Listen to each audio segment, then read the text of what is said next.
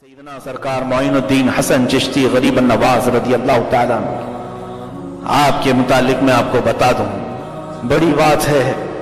सरकार गरीब नवाज को लोगों ने सिर्फ ये कि अपनी दौलत मांगने का एक दरवाजा समझा और सारे इसी चक्कर में रहते हैं कि कब अता करेंगे गरीब नवाज। यकीनन वो अता करते हैं, लेकिन मेरे अजीजों उनकी जिंदगी की कोई चीज भीख मांग लेते हैं कि मोइनुद्दीन तुम्हारा सब्र हमें भीख में अता कर दो, तुम्हारा तकवा और तुम्हारी परहेजगारी हमें भीख में अता कर दो।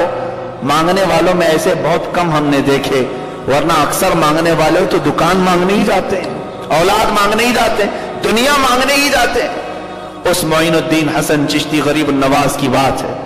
उनके बेटे थे एक हजरत हुसामुद्दीन चिश्ती, वो नहीं है जो सांबर शरीफ में है, वो उनके पोते हैं। हुजूर मोइनुद्दीन सरकार गरीब नवाज के एक बेटे हुसामुद्दीन बचपन में मदरसे जाते थे, तो बच्चों के साथ जो गली कूचे के दूसरे भी बच्चे होते हैं, हुजूर सरकार गरीब नवाज के सब मुरीदीन ही थे। उनके बच्चों के साथ आप पढ़ने के लिए किसी एक जगह जाते थे। एक दिन हजरत ख्वाजा हुसामुद्दीन, उम्र उनकी मेरे ख्याल से 12 साल की रही होगी, आ रहे थे तो बीच रास्ते में चक्कर आ गई, चकरा करके गिर गए। दोस्तों ने उठाया, फिर चक्कर आकर गिर गए।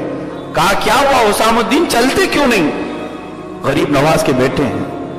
कहा कि हमारे घर में 4 दिन से खाना ही नहीं मिला। कहा घर में खाना नहीं बना तुम्हारे? गरीब नवाज के घर पर खाना नहीं है जो सारी दुनिया को नवाज रहा है? दूर दूर से फुकरा और मसाकीन भीख लेने आते। कहा हाँ, मेरे वालिद के यहाँ लोगों ने पूछा। अब बच्चे जाकर के अपने वालिदैन को भी बताया कि गरीब नवाज के घर में उनके बेटे चक्कर खाकर गिर गए थे। पूछने पर बताया कि 4 दिन से उनके घर में खाना ही नहीं बना है। कहा हुजूर गरीब नवाज भी? कहा हाँ, वो भी फाके में रहते हैं। तो लोगों को बहुत कल्क हुआ कि हम उनकी नियामतें खाए जा रहे हैं और उनके घर में फाका कशी चल रही है। सुने, सारे लोग उस दिन अचानक अपने घरों में अच्छी अच्छी नियामतें बनाए और शाम के वक्त मगरिब के वक्त बड़े बड़े थाल आए। हुजूर गरीब नवाज रजी अल्लाह ताला अन्हु के दौलत कदे पर, हुजरे पर। आपने पूछा ये क्या है, आज अचानक इतने सारे खाने कहां से आए, इतने सारे खाने कहां से आए? तो लोगों ने कहा कि हुजूर कम से कम आप इशारा तो फरमा देते, हम रोज आपके कदमों में रख देते।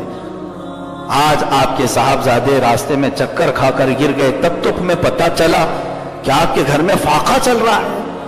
हजरत गरीब नवाज ने सर झुका लिया और कहा चलो ठीक है, नेमतें जो आई थी खा लिया, वापस घर तशरीफ लाए।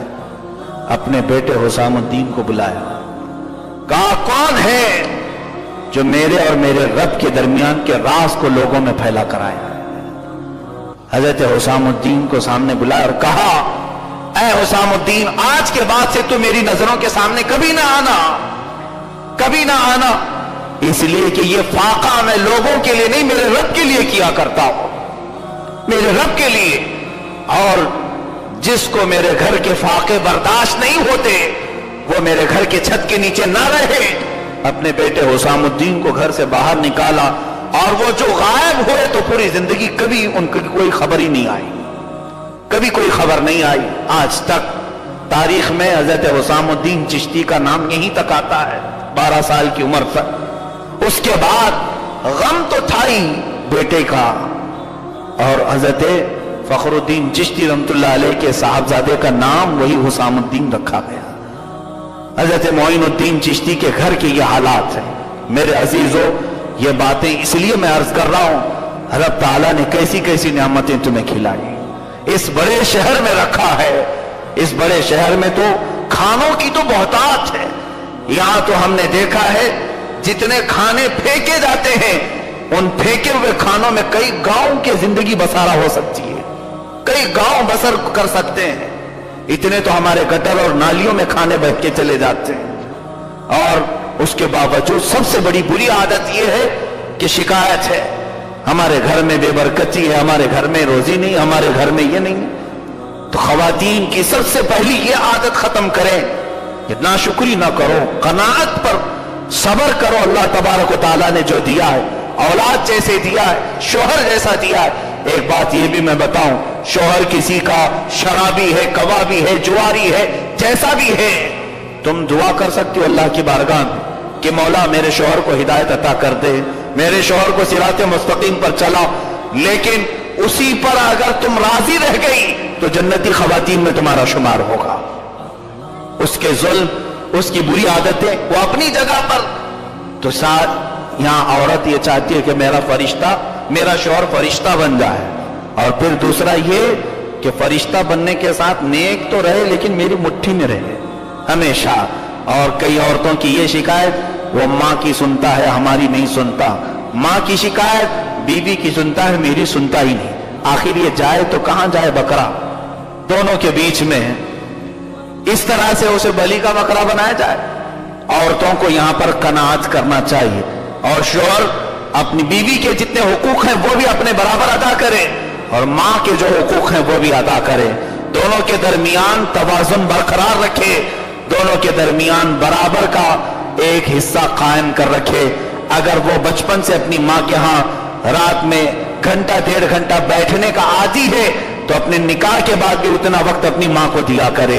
अगर वो जिंदगी में बचपन में अपनी मां के साथ खाया करता था तो निकाह के बाद अपनी बीवी और मां दोनों के साथ खाया करे।